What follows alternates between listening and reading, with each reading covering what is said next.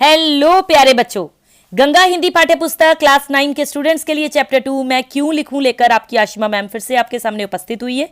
दो बैलों की कथा, उसका लिंक आपको मिलेगा इस वीडियो के डिस्क्रिप्शन में। फटाफट से जाकर चैप्टर की एक्सप्लेनेशन सुनिए और साथ में उसके क्वेश्चन आंसर भी देखिए। बच्चों, अपनी पूरी क्लास के साथ लिंक शेयर जरूर कीजिएगा वीडियो का। बाकी आज का ये जो चैप्टर है मैं क्यों लिखूं, इसकी एक्सप्लेनेशन सुनने के लिए आपको वीडियो के लास्ट तक बनना पड़ेगा और चैनल को सब्सक्राइब करना पड़ेगा।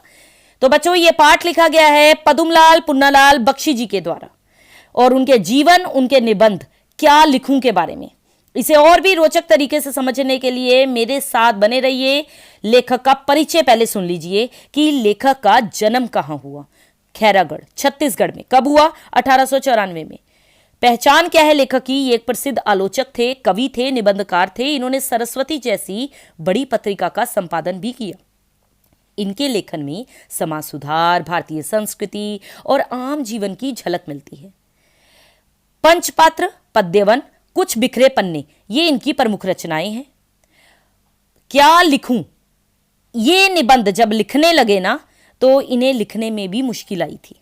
फिर इन्होंने अलग अलग विद्वानों के विचार बताए, फिर बातचीत वाली शैली समझाई, फिर इन्होंने एक संदेश देना चाहा और वो संदेश था कि लेखन केवल शब्दों का जाल नहीं है, बल्कि वह व्यक्ति के विचारों, समाज की परिस्थितियों और आत्माभिव्यक्ति का एक सुंदर मेल है। यानी कि लेखक कहना चाह रहे हैं निबंध केवल जानकारी देना नहीं है, बल्कि अपने मन के भावों को कितने प्रभावी ढंग से लिखना है कि पढ़ने वाला उससे जुड़ जाए। आगे कहते हैं कि लेखक ये संदेश देते हैं कि संसार परिवर्तनशील है। आज जो नया है वह कल पुराना हो जाएगा और फिर उसे सुधारने की आवश्यकता होगी।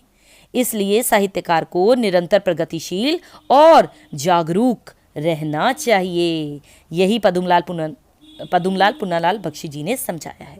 तो इसे रिलेट करते हुए उन्होंने क्या कहा है? लेखक कहते हैं, अंग्रेजी के एक बड़े विद्वान एजी गार्डिनर का मानना है कि लिखने के लिए एक खास मानसिक स्थिति होनी चाहिए, मूड होना चाहिए। जब मन में उमंग हो तो विषय मायने नहीं रखता। यहाँ लेखक कहना चाहते हैं जब कोई लेखक कुछ लिखता है तो सबसे महत्वपूर्ण चीज उसके मन की भावनाएं होती हैं, ना कि वो विषय जिस पर वो लिख रहा है। अब बड़े रोचक तरीके से समझाया कि विषय तो बस एक बहाना है। टॉपिक कोई भी दे दो, आपको दीवार दे दो, गुलाब दे दो, समाज सुधार दे दो, वो उतना जरूरी नहीं। जरूरी है उस टॉपिक को देखकर आपके मन में क्या विचार आ रहे हैं। यानी कि विषय तो केवल एक आधार है, असली रियलिटी है वो अनुभव, यथार्थ है वो अनुभव जो लेखक महसूस कर रहा है। और इसके लिए उन्होंने हैट और खूंटी का उदाहरण दिया। तो लेखक ने एजी गार्डिनर का उदाहरण देते हुए कहा है, जैसे दीवार पर लगी खूंटी का काम सिर्फ हैट को टांगना है। असली कीमती चीज हैट। अगर आपके मन में भावों का आवेग है तो आप किसी भी साधारण विषय को भी महान बना सकते हैं। लेकिन इसके विपरीत, यदि आपके मन में कोई भाव ही नहीं है तो दुनिया का सबसे बड़ा विषय भी आपको एक अच्छा निबंध नहीं लिखवा सकता। दीवार पर कहीं भी खूंटी हो, उस पर हैट टांगी जा सकती है। वैसे ही अगर आपके मन में भाव है तो आप विषय पर निबंध लिख सकते हैं, कोई भी विषय मिल जाए। तो असली चीज है हैट, खूंटी नहीं। यानी कि आपके विचार मायने रखते हैं, टॉपिक नहीं। बस उस हैट को सही से टांगने के लिए मेहनत करनी पड़ेगी।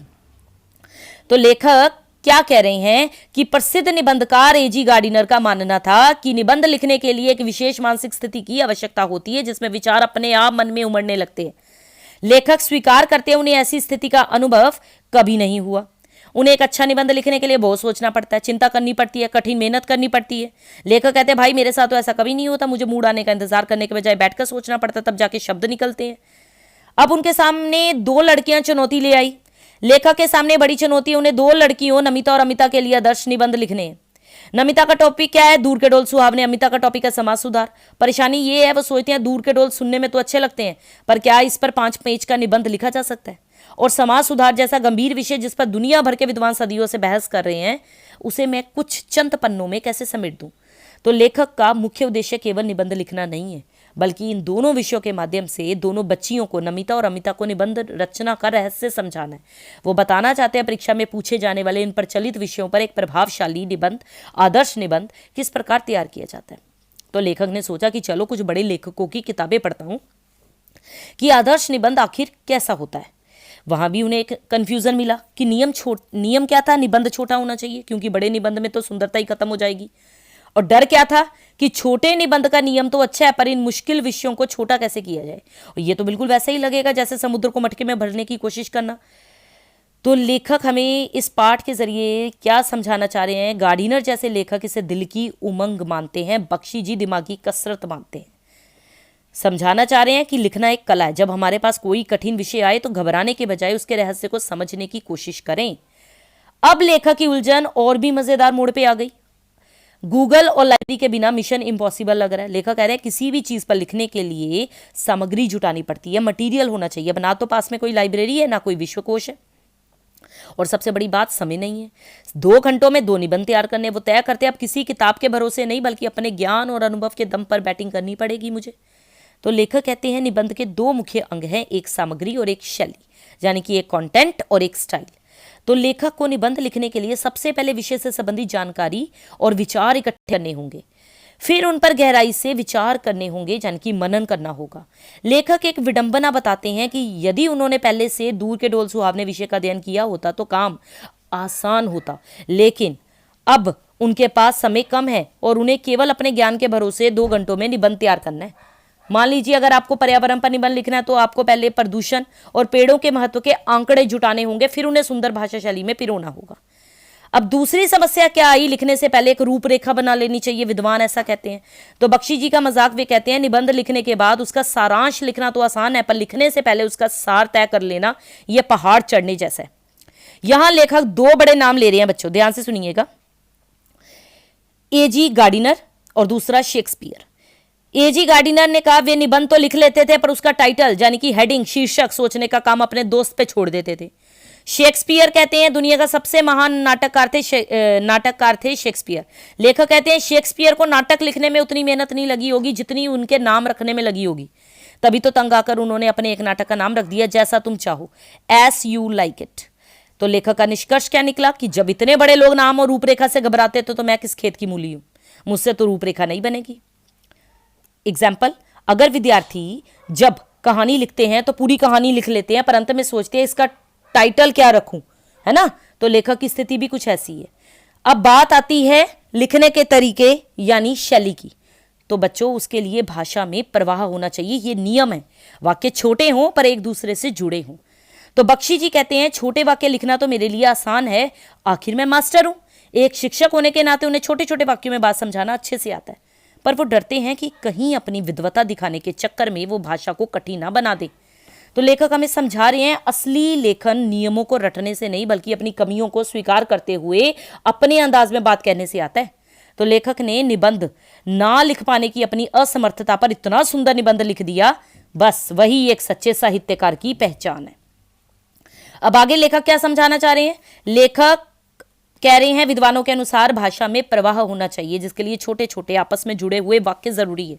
लेखक आत्मविश्वास के साथ कहते हैं वे छोटे वाक्य तो अच्छी तरह लिख सकते हैं लेकिन अपनी विद्वता दिखाने के मोह को कभी नहीं छोड़ पा रहे।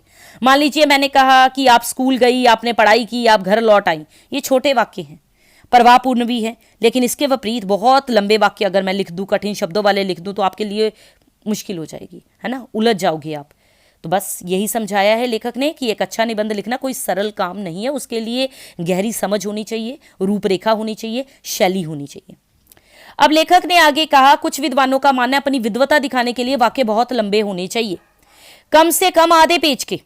वे बाणभट्ट कादंबरी के लेखक का उदाहरण देते हैं जिन्होंने बहुत जटिल वाक्य लिखे थे।